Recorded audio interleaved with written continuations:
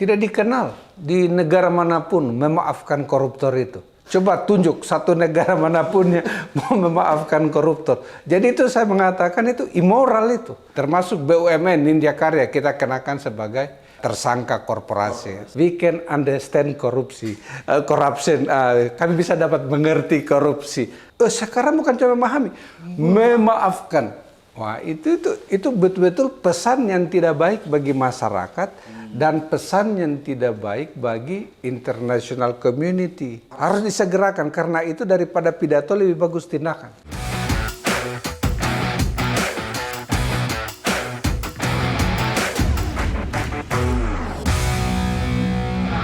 Assalamualaikum warahmatullahi wabarakatuh. Selamat datang di channel Abraham Samad Speak Up. Seperti biasanya, hari ini saya menghadirkan narasumber yang luar biasa, netizen. Ini sahabat kita semua nih, teman kita, Dr. Laude Muhammad Syarif. Assalamualaikum. Waalaikumsalam. Mantan pimpinan KPK periode 2015-2019 dan sekarang menjabat sebagai Direktur Eksekutif Kemitraan. Sehat Pak Laude? Alhamdulillah sehat. Pak Laude, ini kita sebenarnya agak prihatin ya melihat situasi sekarang ini yang kelihatannya penegakan hukum kita itu sedang berduka. Kenapa saya katakan sedang berduka? Ya, banyak kejadian yang cukup mengagetkan kita. Misalnya kasus korupsi 300 triliun tambang timah itu kok cuma divonis 6 tahun. Belum lagi kalau kita lihat lembaga-lembaga penegakan hukum kita ini tidak satu frekuensi dalam melihat pemberantasan korupsi. Beda-beda ya. Sehingga pemberantasan korupsi itu tidak lagi dijadikan musuh bersama. Tidak dianggap extraordinary crime. Walaupun narasinya extraordinary crime, tapi cara menanganinya tidak seperti itu karena hukumannya ringan ya. Kalau menurut Pak Laude, apa yang sedang terjadi di negara kita? Ya, memang yang berduka itu bukan cuma kita sebenarnya, tetapi masyarakat umum juga. Masyarakat umum itu kalau di media sosial atau di mana saja mereka juga cukup prihatin. Tetapi menurut saya bukan hanya tahun ini, tetapi itu dari 5 tahun terakhir. 5 tahun terakhir kita lihat memang banyak. Pak Laude, 5 tahun terakhir berarti sejak Undang-Undang KPK direvisi ya? Iya, sejak Undang-Undang revisi KPK itu kan akhirnya memang bisa kita lihat dengan menempatkan orang-orang yang bermasalah juga di KPK. Terbukti yang melanggar etik ada 3, yang disidang 4, yang tidak dapat itu hanya 1. Jadi memang periodenya Pak Firly itu pimpinannya agak susah dipegang. Tetapi terlepas dari itu, periode suram itu ya? Ya, periode yang sangat suram. Yang bukti berikut, dari kita mendapatkan nilai Corruption Perception Index 2019 di akhir saya itu adalah 40, setelah diubah undang-undangnya itu langsung turun menjadi 37. IPK-nya ya? IPK-nya, indeks persepsi korupsinya. Hari ini 34. Tetap bertahan? Iya, jadi bukan tak bertahan, itu menurun. Jadi itu artinya tidak ada dalam sejarah Indonesia sejak dari zamannya Megawati sampai dengan SBY itu paling pernah stagnan ya. Nanti pada periode pertama Pak Jokowi naik sampai 40, tapi setelah itu dia turun menjadi 34. Tidak pernah ada sejarahnya itu menurun. Dan turunnya terjun bebas ya? Bukan 1 poin gitu? Bukan 1 poin. Dari 40 sampai menjadi 30, jadi 6 poin. Jadi Pak Jokowi periode pertama itu mulai dengan 34, kembali ke 34, jadi betul-betul kontribusinya tidak ada. Zero contributions. Berarti boleh dikatakan bahwa rejim Jokowi ini sebenarnya rejim yang menganak-emaskan koruptor ya? Ya, saya tidak mengatakan seperti itu, tapi dilihat dari Corruption Perception Index, betul-betul ya sangat-sangat menyedihkan karena start 34, berakhir 10 tahun dengan 34. Berarti kan zero contribution saya menyebutnya. Itu yang kedua. Yang nomor 3, memang penegakan hukum anti korupsi itu ya makin hari makin terasa hambar. Dan itu dapat dilihat dengan beberapa kasus ya, baik itu yang ditetapkan oleh KPK maupun sebagian juga oleh Kejaksaan Agung. Apalagi yang melibatkan aparat penegak hukum, itu memang agak suram. Misalnya hukuman Pinangki waktu itu yang sampai hanya 4 tahun, seperti itu salah satunya. Yang sekarang ini lagi adalah yang tadi disebutkan, itu disebutkan bahwa triliunan, tetapi hukumannya tidak setimpal sampai 6 tahun seperti itu. Ya itu kan masyarakat jadi berpikir-pikir. Padahal pencuri biasa itu banyak yang 6 tahun. Ini pencuri ya, pencuri bukan pencurian dengan kekerasan yang menimbulkan korban. Pencuri biasa. Ada yang 8 tahun, ada siapa. Ini dan tentunya yang dicuri, ya namanya juga pencuri biasa, pencuri kampungan seperti itu. Jadi ini memang kesadaran masyarakat itu sedang dites dengan kenyataan-kenyataan pahit sekarang. Jadi ini boleh dikatakan miris dan cukup mengoyak rasa keadilan kita, Pak Laude. Ya, mengoyak rasa keadilan masyarakat karena mereka kan melihat seperti itu. Yang berikutnya juga ada kasus yang terang benderang keterlibatannya. Dan itu dikatakan bukan oleh siapa-siapa, tapi ini dikonfirmasi ketika mantan pimpinan KPK bertemu dengan Pak Nawawi. Waktu itu Pak Abraham dah hadir, tapi kemudian saya kesadar saya ketemu Pak Nawawi. Iya, waktu itu berkunjung lagi. Banyak dari kita mulai dari angkatan pertama sampai angkatannya saya bertemu. Beliau mengatakan bahwa yang ditetapkan bebas pra-peradilan, tidak usah disebut namanya, mantan wamen, namanya gitu sebenarnya harusnya dibuat sprindik baru. Ya harusnya dibuat sprindik baru karena apa? Menurut dia sangat terang benderang. Termasuk kasus yang terakhir yang berikut dari gubernur itu juga yang bebas. Saya kurang tahu itu pada saatnya Pak Abraham, mungkin waktu itu Arif Sirajudin, dia waktu itu dia pra-peradilan, terus menang, habis itu ditetapkan tersangka lagi dan ingkrah terbukti. Zaman saya bahkan jauh lebih berbahaya maksudnya, Pak Setia Novanto ikut pra-peradilan, kita tetapkan lagi menjadi tersangka dan benar. Oleh karena itu saya pikir karena ini sangat berbahaya dua pra-peradilan ini. Karena alasan hakimnya dia mengatakan bahwa karena bukti-bukti didapat pada saat penyelidikan, bukan pada tahap penyidikan. Padahal dari dulu KPK itu untuk kita menetapkan seseorang menjadi tersangka, ketika proses lidik ini sudah mendapatkan 2 alat bukti yang sah, baru itu ditetapkan. Beda dengan institusi penegak hukum lain. Iya, itu yang membedakan. Dan kalau misalnya itu disalahkan 2 ini, berarti seluruh kasus yang sudah ingkrah. Yang sudah ingkrah dari itu salah. Kalau salah berarti mereka kan harus direhabilitasi nama baiknya. Oleh karena itu saya pikir ya kita melihat ya kesungguhan pimpinan KPK yang baru. Kita berikanlah waktu ya untuk berbenah. Ya. Oke Pak Laude, ini menarik ya. Kalau kita lihat tadi Pak Laude bilang kita berikan dulu kesempatan pimpinan KPK yang baru. Saya ingin melihat nih, ada beberapa menteri nih di kabinet sekarang yang tiba-tiba mewacanakan, mengeluarkan gagasan ya bahwa perlu kita mengambil posisi, mengambil satu sistem memaafkan koruptor. Bahkan kalau Menteri Koordinator HAM juga dia mewacanakan memberi amnesti. Ya. Apakah menurut Pak Laude apa yang disampaikan baik ini berupa wacana maupun berupa gagasan ini mencerminkan bahwa sebenarnya pemerintahan kita itu tetap memberikan karpet merah kepada koruptor? Iya, pertama itu tidak dikenal di negara manapun memaafkan koruptor itu. Coba tunjuk satu negara manapun yang mau memaafkan koruptor. Jadi itu saya mengatakan itu immoral itu. Immoral? Iya seperti itu. Karena mau membenarkan yang salah. Yang salah, ya seperti itu.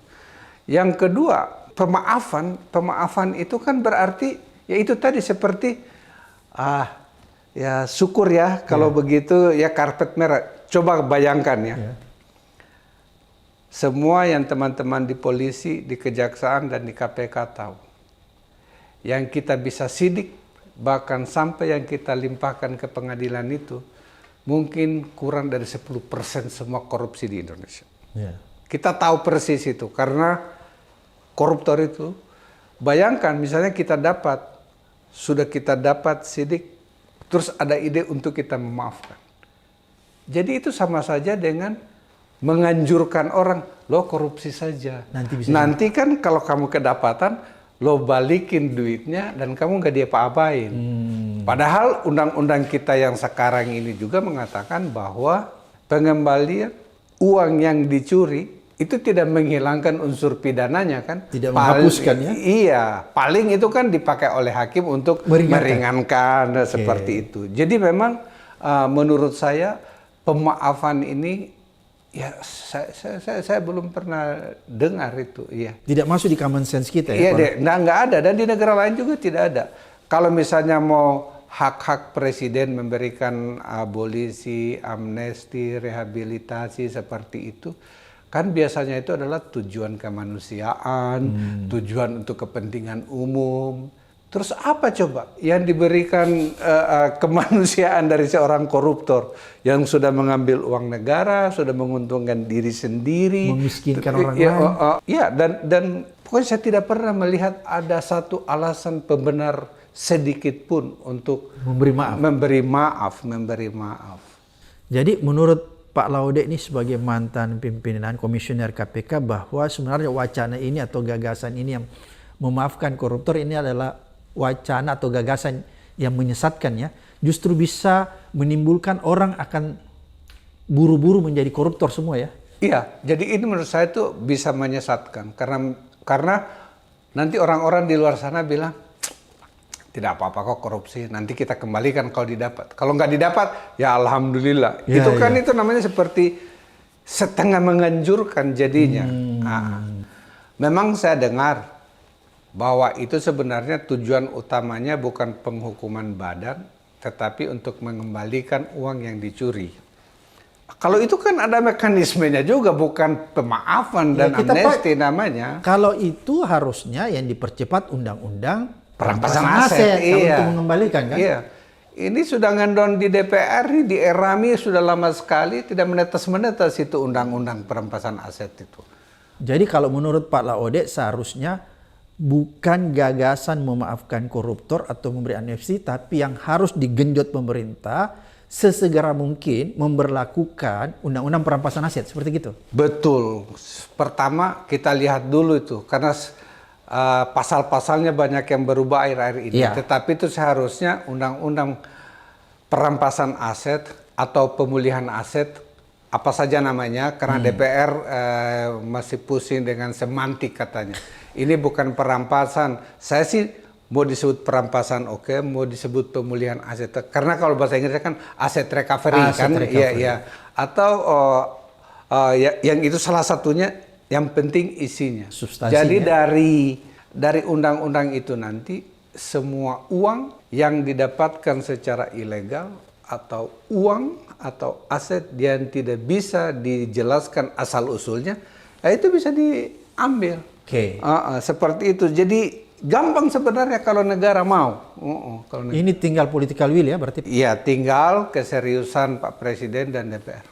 Oke, Pak Laude, ini kan menarik kalau kita bicara tentang perampasan aset. Berarti kan filosofinya itu sebenarnya seperti yang kalau kita lihat yang banyak orang bahasakan pemiskinan terhadap koruptor. Sebenarnya seperti gitu ya? Ya itulah sebenarnya yang ditunggu. Oleh karena itu makanya tidak perlu ada pemaafan.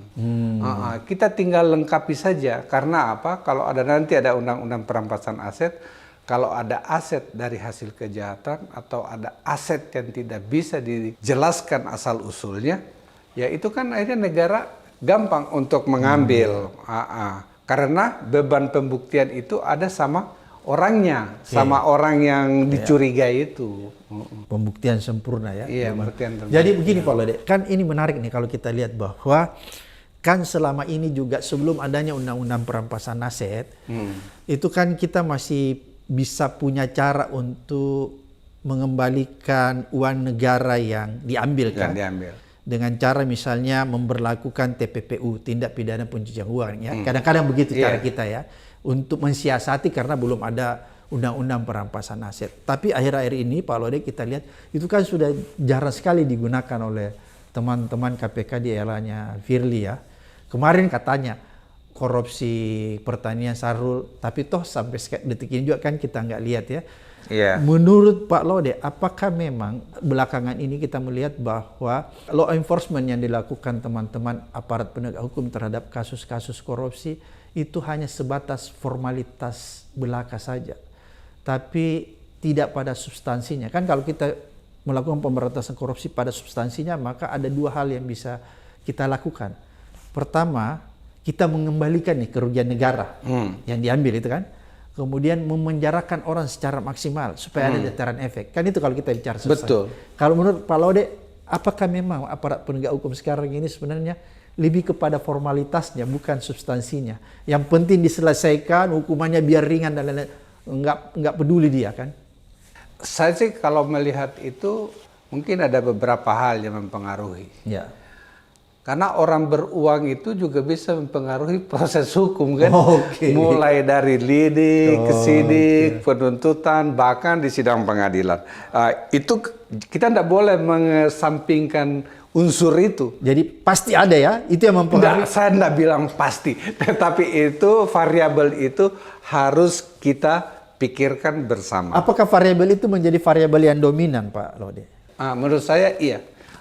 Menurut saya ya, karena yang kedua, tindak pidana pencucian uang itu kan pertama harus ada, ya maksudnya nih kita ini kan bukan cuma teori, tapi kita melihat, sudah pernah.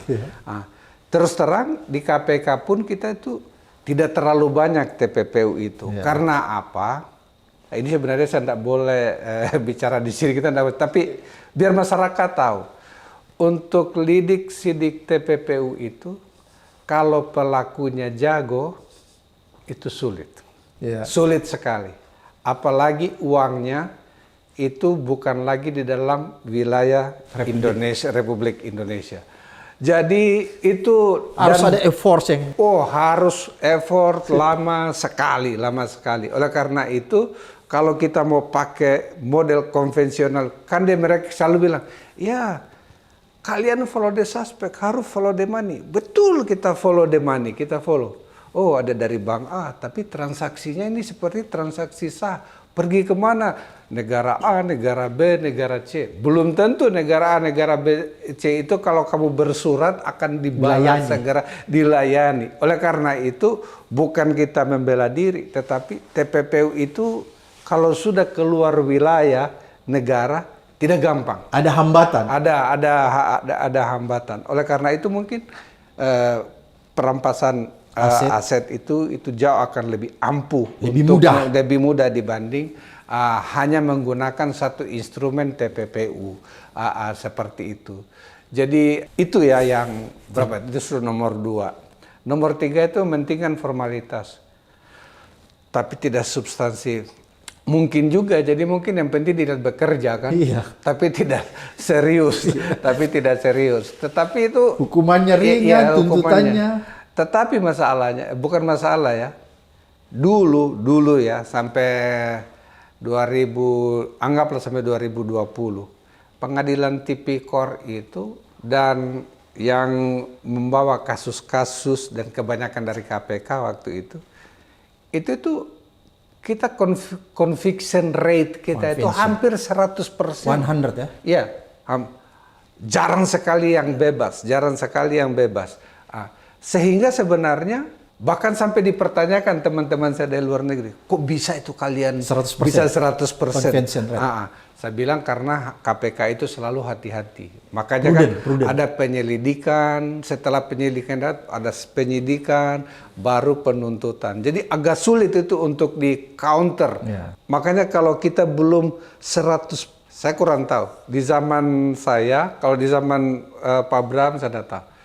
kalau jaksa bilang kemungkinan kalahnya ini ada 10 atau 15%, kita tunggu dulu, jangan ajukan dulu ke pengadilan.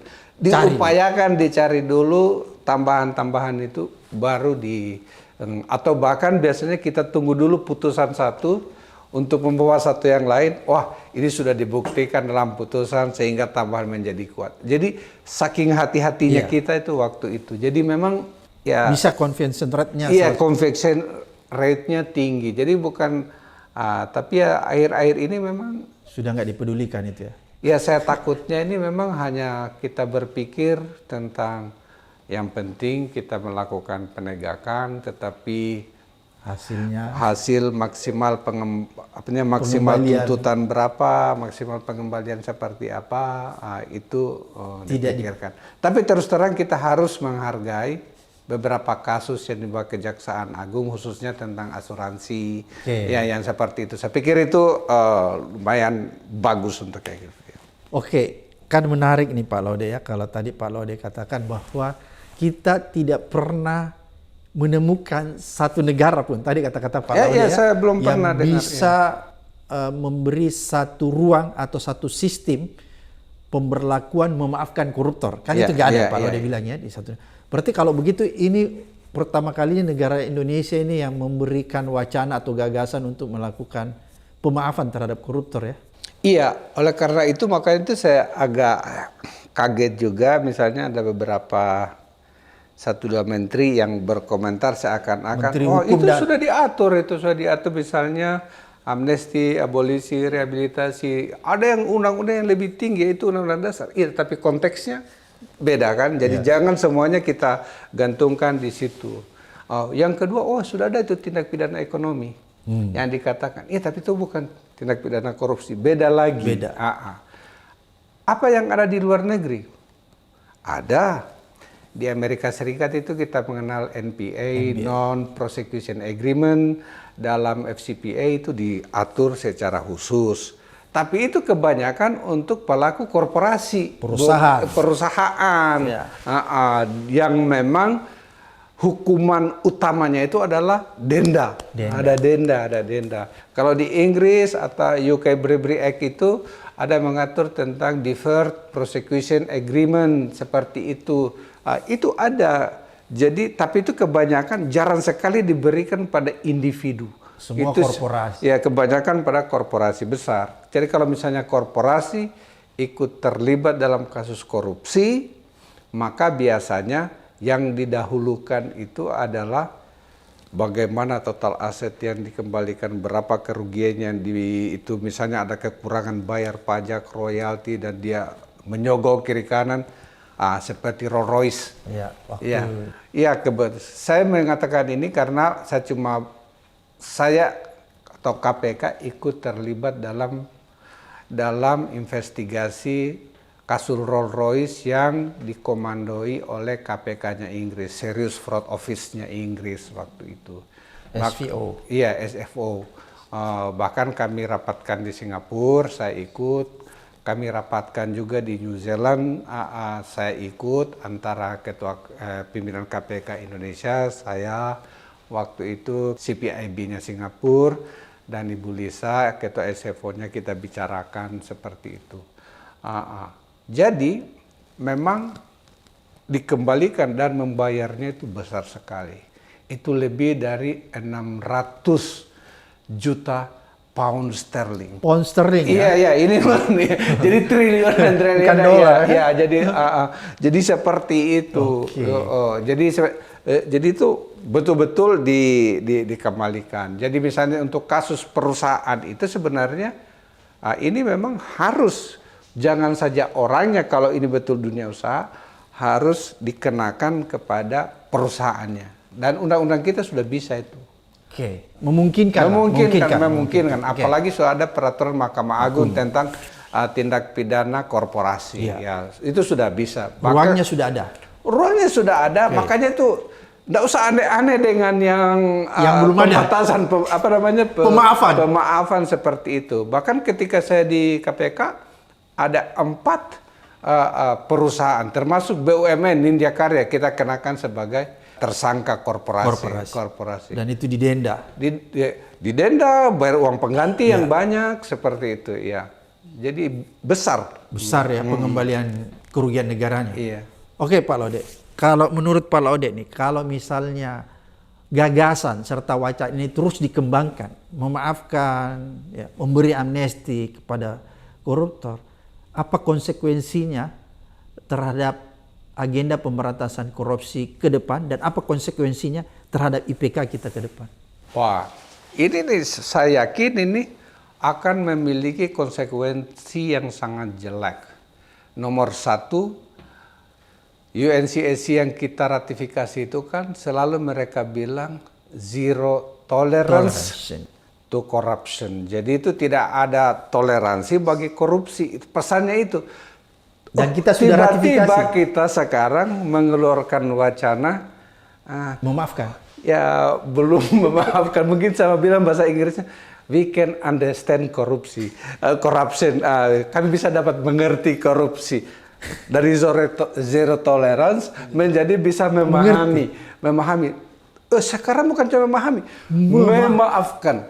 Wah, itu betul-betul pesan yang tidak baik bagi masyarakat dan pesan yang tidak baik bagi international community.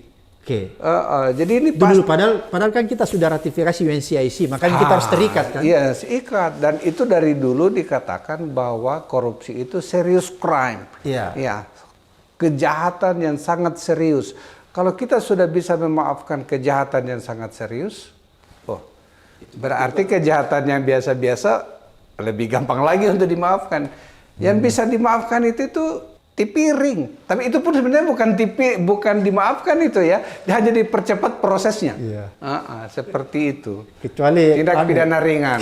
Oke. Iya. Jadi luar biasa Pak Laude bahwa ini konsekuensinya kita menjadi negara yang mungkin akan ditertawakan ya bagi komunitas negara-negara yang sudah meratifikasi UNCIC ya.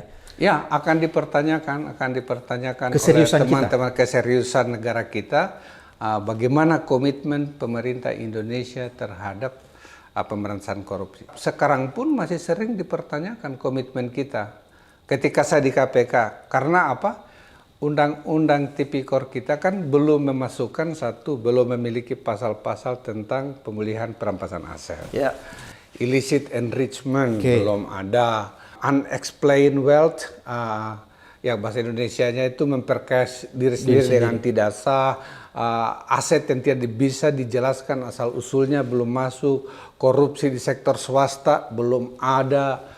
Terus penyuapan pejabat publik asing belum ada, termasuk ada satu lagi nih, trading in influence. Jadi itu kita masih ada punya 6 tunggakan. PR kita ya. PR kita. Jadi dari dulu seharusnya yang direvisi itu Undang-Undang Tipikor.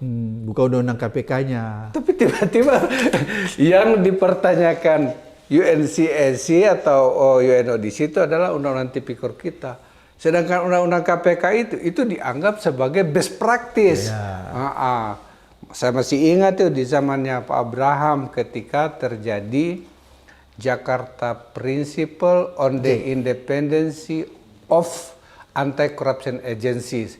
Itu menjadi contoh. Ya. Contoh dunia ya. Jadi namanya role model.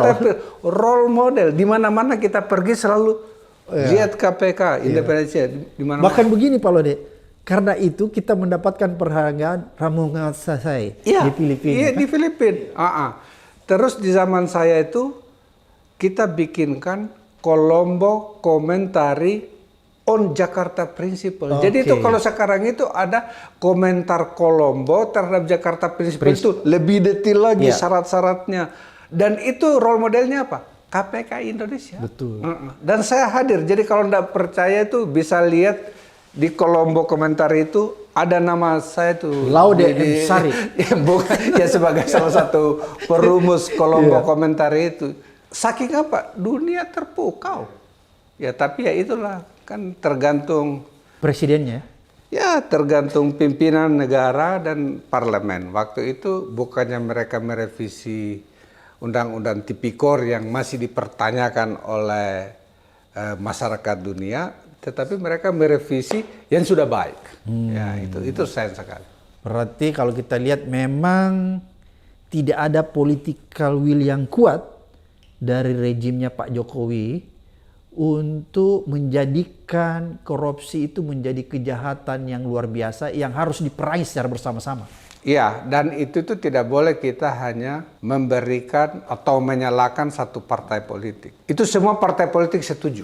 Rejim ya? Iya, semua partai politik. Tadi tidak ada satupun partai politik Yang tidak setuju. Jadi oleh karena itu makanya ada sekarang kelihatan mau jadi kayak pahlawan. Enggak, saya sudah catat. Itu semua. Good ya. Semuanya. Jadi catatan Pak Lode bahwa kalau sekarang ada partai politik yang tiba-tiba mau tampil sebagai pahlawan, ternyata dia punya track record menyetujui. Menyetujui itu. Jadi termasuk menyetujui pimpinan KPK yang bermasalah. Seperti itu. Jadi tidak boleh ada cuci tangan ya? Ya semua kita bertanggung jawab. Saya juga bertanggung jawab. Semua kita masyarakat Indonesia bertanggung jawab. Oke. Seperti itu. Pak Lode, kalau begitu apa nih yang harus dilakukan pemerintahan yang baru ini agar bisa mengembalikan semangat dan kepercayaan masyarakat bahwa masih ada asa pemberantasan korupsi? Apakah satu dengan cara supaya kita bisa punya harapan nih, bisa percaya bahwa pemerintah ini bisa merevisi kembali, mengembalikan kembali undang-undang KPK itu ya, salah satu misalnya itu yang dia lakukan supaya orang bisa percaya kembali. Kemudian yang kedua, mempercepat diundangkannya undang-undang perampasan aset.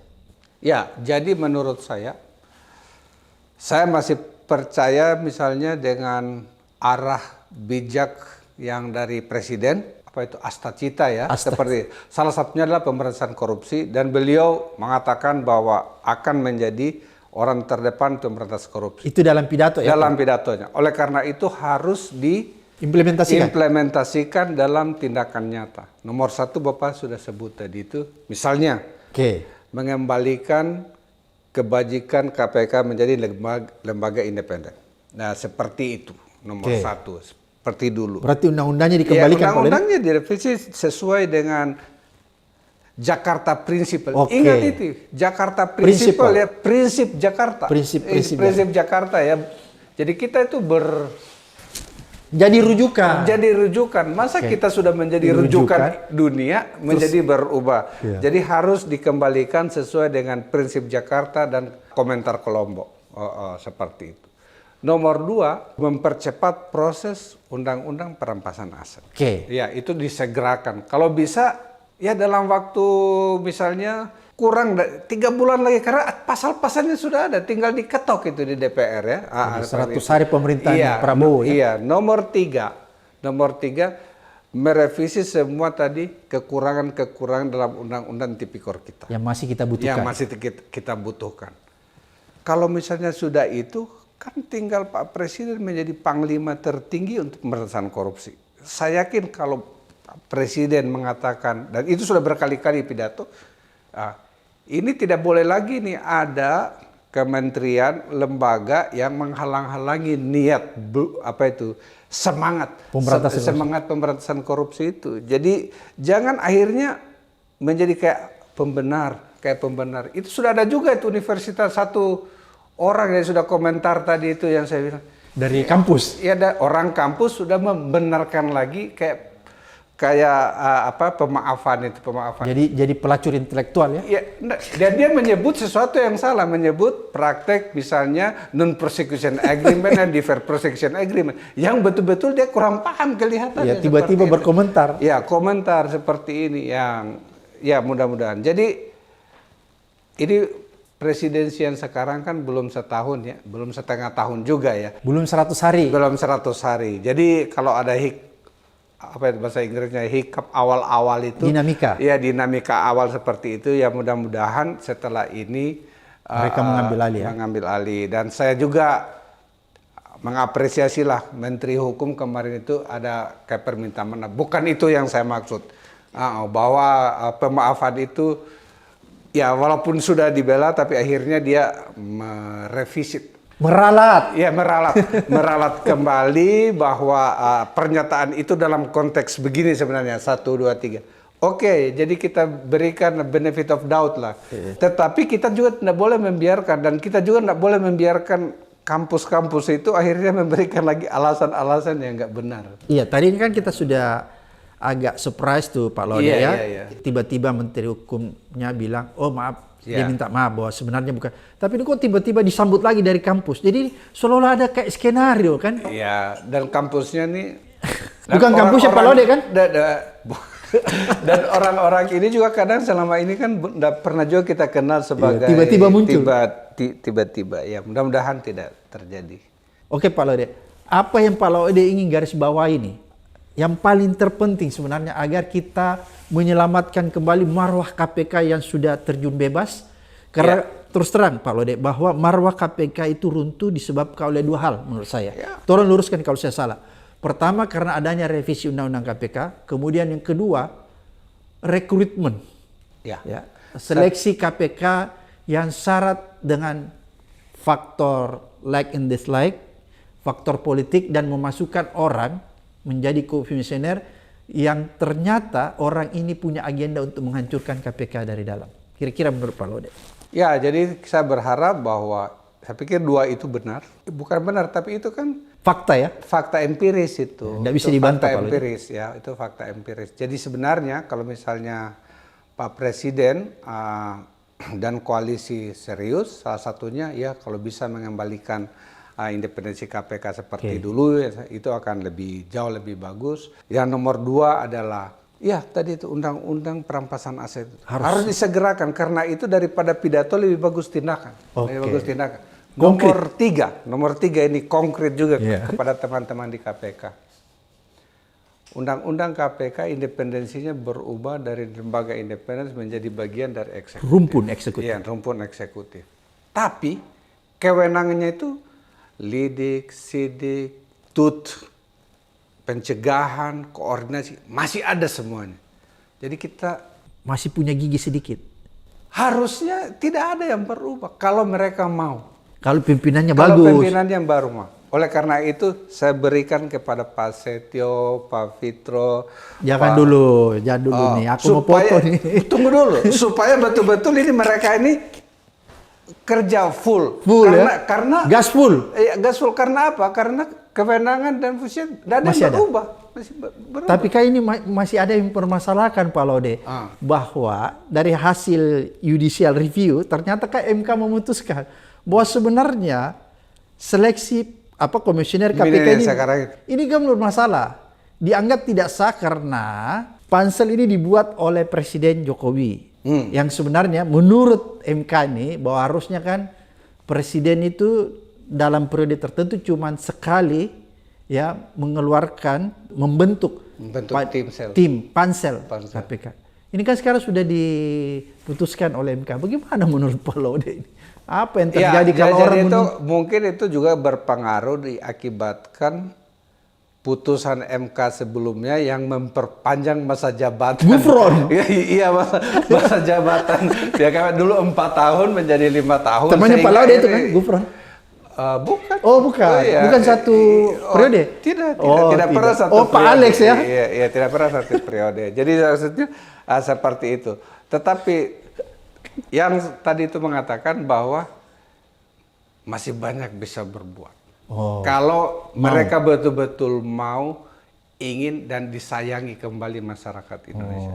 Terus terang kemarin itu saya diminta untuk menjadi pada waktu induksi pimpinan KPK yang baru. Saya sampaikan juga. Dulu yang mati-matian membela KPK itu adalah masyarakat. Masyarakat sipil. Masyarakat sipil, organisasi masyarakat besar seperti Muhammadiyah, NU, Dewan Gereja Indonesia. Ya, dari zamannya Bapak sampai zaman selalu mereka datang ke KPK memberikan semangat.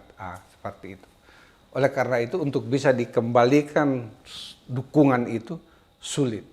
Kecuali memang melihat kesungguhan pimpinan dan KPK sekarang itu betul-betul ya mau menegakkan, mengulangi, karena terus terang ya penindakan itulah yang sebenarnya yang menjadi ciri khas AA. Walaupun saya selalu dikata ya Pak Abraham juga termasuk saya, kalau kita pergi Komisi 3 selalu dikatakan, ini apa ini pendidikan terus pencegahannya apa? Padahal kita melakukan pencegahan itu banyak sekali, bahkan Luar biasa, lebih di besar. zaman saya anggaran untuk pencegahan itu Jauh lebih lebih besar dibanding zaman untuk penindakan. SDM-nya pun demikian. SDM-nya juga Lebih besar seperti itu, pencegahan, lebih ya. besar pencegahan daripada itu. Tetapi kan itu gunanya, makanya harus sama. Tidak boleh kita harus mendahulukan pencegahan, mengemudiankan penindakan. Harus sama-sama ini, karena ini saling melengkapi. Ya, jadi istilahnya dulu kita tuh mengintegrasikan antara penindakan dan pencegahan. Ya, harus seperti itu. Jadi, dan mudah-mudahan itu bisa. Saya selalu berusaha ingin optimis, walaupun kadang sedih. Karena begini bos, karena begini. Saya ini kan mulai itu sebagai aktivis lingkungan ya. Maksudnya orang yang mengajar hukum lingkungan. Iya. Tapi saya tidak melihat bahwa lingkungan kita jauh lebih baik dibanding dulu. Habis itu saya lihat, oh kenapa tidak ada penegakan hukum? Ternyata karena korupsi banyak. Akhirnya saya menggeser diri untuk mempelajari dua-duanya. Tapi saya lihat lagi, kok korupsi kita makin banyak ya. Coba kalau kita tidak optimis, misalnya kita mau, ya sudahlah, buang handuk, berarti kan itu Kita sudah kalah terhadap. Iya, mengatakan kalah di dalam perjuangan itu tidak boleh. Nggak boleh. Jadi itu saya selalu suka itu kata-katanya Heidi Mendoza, teman dari Filipina. Dia bilang memberantas korupsi itu bagaikan menjadi seorang ibu. You have no right to stop. Kamu tidak punya hak untuk berhenti. And giving up is not an option. Dan menyerah itu bukan pilihan. Bukan pilihan. Jadi itu harus.